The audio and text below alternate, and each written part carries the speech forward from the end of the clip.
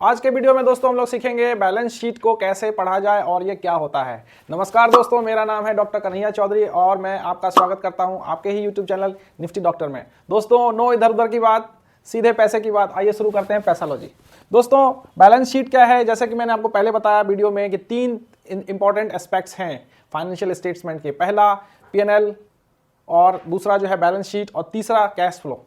दोस्तों जिन लोगों को समझ नहीं है ज़्यादा फाइनेंस की, वो लोग सबसे पहले P&L से शुरू करते हैं, लेकिन जो लोग पहले से इन्वेस्ट कर रहे हैं और जो सीजनल इन्वेस्टर्स हैं वो सबसे पहले बैलेंस शीट देखना चाहते हैं, क्योंकि बैलेंस शीट जो है वो कंपनी की एक कुंडली होती है। उसका जब से वो शुरू हुआ है और अभी तक का कितना उसके पास कर्जा है, कितने उसके पास एसेट्स हैं, वो सारी चीज़ें इसमें होती है। बैलेंस शीट में दोस्तों दो चीज़ों की बात की जाती है, सबसे पहले एसेट्स और लायबिलिटीज़। कंपनी के पास कौन कौन से एसेट्स हैं और लायबिलिटीज हैं, और ये दोनों बिल्कुल ही बराबर होने चाहिए, बिल्कुल ही इक्वल होने चाहिए, इसीलिए इसका नाम बैलेंस शीट रखा गया है। आइए दोस्तों हम देखते हैं। सबसे पहले आएगा एसेट्स कि कंपनी के पास क्या क्या है, क्या क्या ओन करती है कंपनी।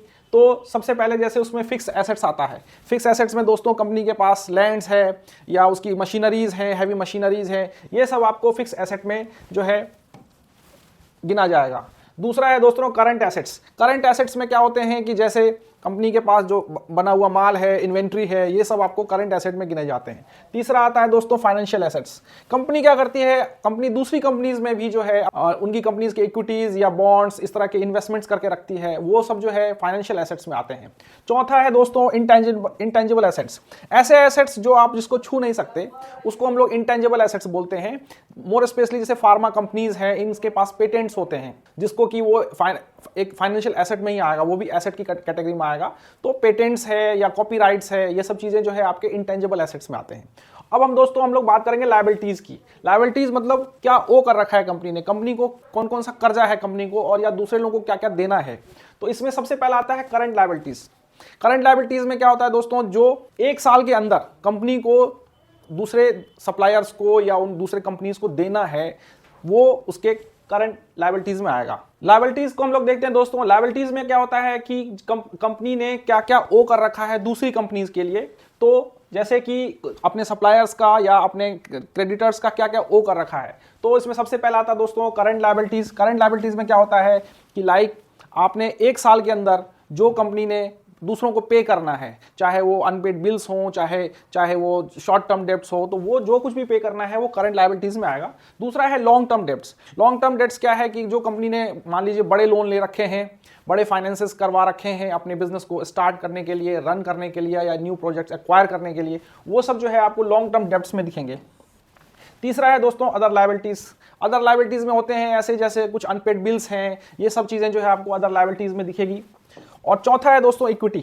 इक्विटी क्या है कि आप यूँ समझिए कि जब कंपनी होल्डर्स जो है इक्विटी डिस्ट्रीब्यूट करते हैं मार्केट में, इक्विटी को बाहर लाते हैं, तो पैसा तो आता है कंपनी में, लेकिन वो एक तरह की लायबिलिटी है। आप जो है लायबल हैं अपने शेयर होल्डर्स के लिए, इसीलिए इक्विटी भी इसमें आता है। और ये दोनों चीज जो है दोस्तों बराबर होनी चाहिए। अगर ये XXX है तो मान के चलिए ये भी XXX होगा। ये ऐसा नहीं हो सकता कि एसेट्स जो है आपके वो 2x हो जाए और ये 3x हो जाए, ऐसा नहीं हो सकता। It has to match, this is why it's called balance sheet. अब दोस्तों ये तो हो गई थ्योरी की बात। अब प्रैक्टिकल बात क्या है मैं आपको बताता हूं। ये तो हो गई दोस्तों थ्योरी की बात। अब मैं आपको प्रैक्टिकल बात बताता हूं कि प्रैक्टिकली हमें क्या देखना चाहिए बैलेंस शीट में। प्रैक्टिकली दोस्तों क्या है कि ये सब चीजें तो ठीक है, अपनी जगह है। प्रैक्टिकली हमें यह देखना होता है कि कंपनी जो है उसका एसेट, उसका नेटवर्थ ईयर ओवर ईयर जो है ग्रो कर रहा है या नहीं कर रहा है 5-6 सालों में। ऐसा तो नहीं, उसका कायदे से जो है जो ग्रोइंग कंपनीज होती है उनके एसेट्स ग्रो करने चाहिए। ऐसा नहीं कि आप कंपनी ने बहुत सारा लोन ले रखा है और उसके एसेट्स जो हैं ओवर द टाइम या तो स्टैग्नेंट हैं या गिरे जा रहे हैं। ऐसा तो नहीं कि उसके बहुत सारे जो है फाइनेंसेस जो है वो बहुत सारा जो उसका कैपिटल है वो सिर्फ और सिर्फ लोन्स पे करने में चला जा रहा है। तो हम लोग ये रेशियोज में सीखेंगे कि करंट रेशियो क्या होता है, पीवी रेशियो क्या होता है, डेब्ट टू इक्विटी रेशियो क्या होता है। अभी के लिए फिलहाल आप समझिए कि एटलीस्ट हमें एक चीज़ तो ध्यान रखनी ही चाहिए कि कंपनी के जो एसेट्स हैं वो हम ग्रोइंग फेज में है, तो ये प्रिज्यूम करा जाएगा कि उसका शेयर प्राइस भी जो है ओवर द टाइम बढ़ेगा ही बढ़ेगा।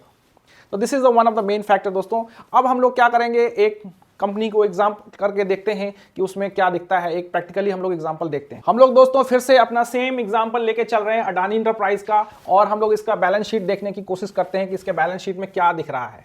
देखिए दोस्तों, जैसा कि मैंने बताया, ये देखिए इनका ये बैलेंस शीट जो है 2011 से लेकर के अभी 2022 तक का इनके पास बैलेंस शीट दिखा रहा है। ये ईयर ऑन ईयर बेसिस है। सबसे पहले दोस्तों देखिए, इसमें जो है आपको ये लायबिलिटीज दिखाया हुआ है इन्होंने कि भाई इनके पास कितना जो है इनके लायबिलिटीज हैं और फिर इनके एसेट्स हैं। तो देखिए जैसे इसमें शेयर कैपिटल दिखाया हुआ है, तो शेयर कैपिटल में देखिए दोस्तों equity capital, reserve, borrowing and other liabilities.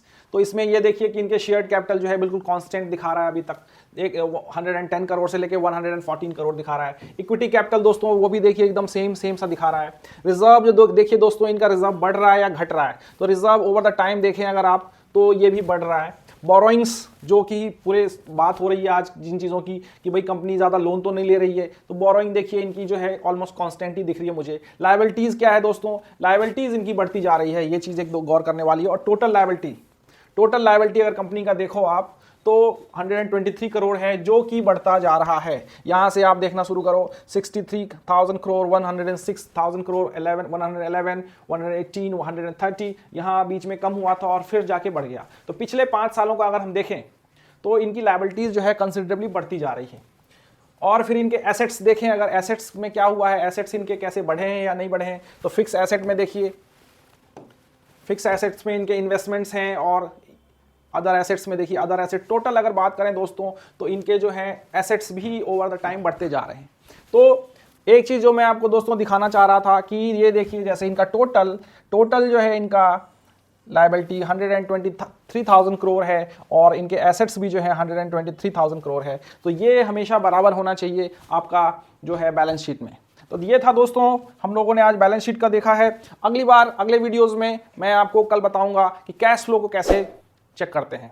तब तक के लिए धन्यवाद दोस्तों। अगर आपको वीडियो अच्छा लगे तो प्लीज़ लाइक, शेयर और सब्सक्राइब करते रहिए। थैंक यू सो मच दोस्तों।